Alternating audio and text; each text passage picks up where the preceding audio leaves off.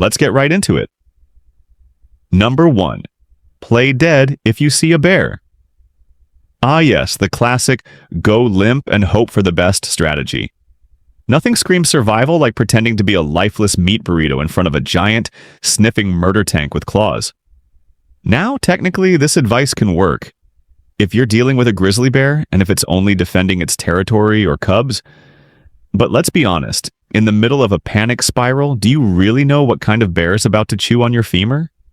Grizzly? Black bear? Teddy Ruxpin? Because if it's a black bear, playing dead is basically offering yourself up as a buffet appetizer. Black bears tend to interpret your dramatic collapse as cool, less effort. Bear behavior is surprisingly nuanced, and unfortunately, not in a way your average hiker is going to Google mid-attack. The actual best advice? Make yourself look big and loud for black bears and back away slowly from grizzlies. But even that assumes you haven't frozen, screamed, or thrown your trail mix directly into its face like a snacky smoke bomb. So yes, play dead might work. If you're very lucky and very still, and also have a bear who respects traditional theatrical performances. Otherwise, that's not a survival strategy, and that's just pre-seasoning. Number 2, if you're lost, follow a river. This one sounds so poetic, right? Like something out of a wilderness romance novel. She followed the river and it led her to safety. Cute. Except rivers don't care about your survival arc. The logic is rivers lead to civilization, so if you follow one downstream, eventually you'll find a town, a road, or at least someone else who's bad at hiking. But what you'll actually find? Rapids, cliffs, hypothermia, bears again. They really are everywhere. Rivers don't politely meander toward cozy rescue stations. They snake through rough terrain, plunge into ravines, and love to cut deep into remote wilderness miles away from help. Oh, and let's not forget waterborne pathogens, slippery rocks, or the very real possibility that you'll lose your footing and go full ragdoll into a waterfall. Plus, you might be so focused on following that glistening death trap that you miss signs of actual human life, like trails, power lines, or cell signal pockets. In reality, survival experts recommend staying put if you're truly lost, making yourself visible and conserving energy. Not going on a river-themed death march like you're reenacting The Revenant without the Oscar. So, unless you're prepared to parkour through a canyon full of algae and regret, maybe don't follow the river. Number 3, use a snakebite kit. You know what's worse than being bitten by a venomous snake? Being bitten and then stabbing yourself with a glorified suction cup you bought on Amazon for 12.99. Snakebite kits, those little plastic contraptions with the suction thing and sometimes a razor blade, have been a staple in survival stores and terrible birthday gifts for years. They promise to suck the venom out like your leg is a poison slushie. But according to actual medical science, and reality, they're useless. They don't pull out enough venom to matter. They can damage tissue, and the act of slicing or sucking can actually make things worse. You're not a cowboy in an old western. You're a modern human with access to emergency services, hopefully. And your best bet is to stay calm, keep the bite area below your heart, and get help fast. And please, for the love of all that is serpentine, do not try to suck out the venom with your mouth like some kind of toxic vampire. All you'll do is add bacteria and drama to an already bad day.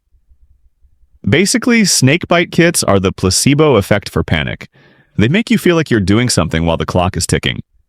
But unless your goal is a DIY infection, toss it. Number 4. If someone's having a seizure, put something in their mouth. Oh no. If you've heard this one and believed it, don't feel bad. It's one of those ancient nuggets of wisdom that just refuses to die. But let's set the record straight. Never shove anything into someone's mouth during a seizure. Ever. The old idea was to prevent them from swallowing their tongue. Here's the thing, you can't actually swallow your tongue. That's not how anatomy works unless you're a cartoon or extremely determined. What can happen, though, is you trying to jam a wallet, spoon, or your fingers into someone's convulsing mouth and getting bitten. Hard. Or worse, causing the person to choke, gag, or injure their jaw. What you should do: turn them gently onto their side to keep airways clear, move anything dangerous out of their way, and wait it out. Most seizures pass in a minute or two. Then help them recover and call for medical help if needed. This isn't a heroic moment for mouth wrangling. It's a time for calm, quiet management.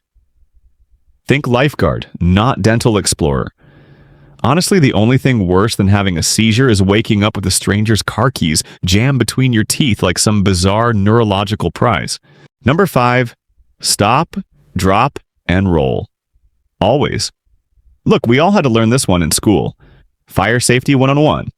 If you're on fire, stop, drop, and roll. It's great advice if you're literally on fire, like shirt flaming, smoke pouring, human torch moment. But somewhere along the line, people started applying it like it's the default move in any fire situation. Kitchen fire, stop, drop, and roll. Building fire, stop, drop, and roll. Campfire gets too rowdy? You guessed it. Roll like a confused raccoon. The reality? If you're not on fire and the room is filling with smoke, the best move is to get low and get out fast. Smoke rises, which means the breathable air is near the floor. Crawling is smart. Rolling? Not so much. Unless you want to wrap yourself in a blanket of carbon monoxide and panic. Also, rolling isn't going to help if you're surrounded by flames, inhaling toxic smoke, or trying to navigate out of a burning structure. That's like trying to solve a house fire with yoga. So yes, stop, drop, and roll is solid if your body is on fire. But in most fire emergencies, the correct move is stay calm, crawl low, and leave the building. Don't do a barrel roll in the living room while everything's collapsing around you, unless you're auditioning for the world's most chaotic fire drill reenactment. Then by all means, roll on. Number 6. Lightning never strikes the same place twice. This one is just beautifully wrong, like full Disney fantasy wrong. The idea that lightning won't strike the same spot twice is a comforting little lie we told ourselves before Google existed. In reality, lightning will absolutely strike the same place again. In fact, it kind of prefers it.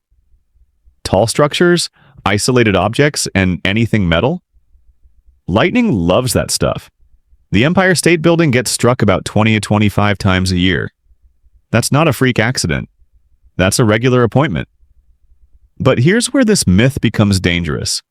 Some people hear never strikes twice and think it's safe to go outside again right after a lightning strike. Spoiler, it's not. Storms often have multiple lightning bolts, and if you're standing on a golf course holding a metal club thinking, well, it already hit the tree once, congratulations. You've just enrolled in nature's electricity experiment. Also, fun fact, if you're caught outside during a storm, lying flat on the ground used to be the recommendation. That's outdated too. Now they say get low, but on your feet, ideally in a crouched position, minimizing your contact with the ground. So yeah, lightning does strike the same place twice. And if you're lucky, you won't be there for either time. Mother Nature doesn't care about your catchy phrases. Number 7. Use heat to treat a burn. Oh no, this one feels like it was invented by someone with a deep misunderstanding of basic thermodynamics. Got a burn? Add more heat. Brilliant! Somehow the myth emerged that putting butter, hot water, or warm compresses on a burn would help draw it out or soothe the pain. That is, unless you live on Earth and follow modern medicine, because adding heat to a burn is like high-fiving your wound with a frying pan. What your skin actually needs is cool water, not ice, and definitely not a warm towel from your uncle's kitchen. Cooling a burn with running water for about 20 minutes helps reduce the damage to the underlying tissue. Anything hotter just makes it worse. And let's talk about butter for a second. Who decided it was a good idea to smear fridge lube onto open wounds? Not only does it trap heat, it can also introduce bacteria, turning your kitchen mishap into an infection speedrun. So if you burn yourself, forget the folklore. No heat, no butter, no toothpaste. Just cool water, clean coverings, and a promise to never trust anyone who says natural remedies while holding a stick of margarine. That's all for today. I'll be making similar videos in the future. Subscribe to see them.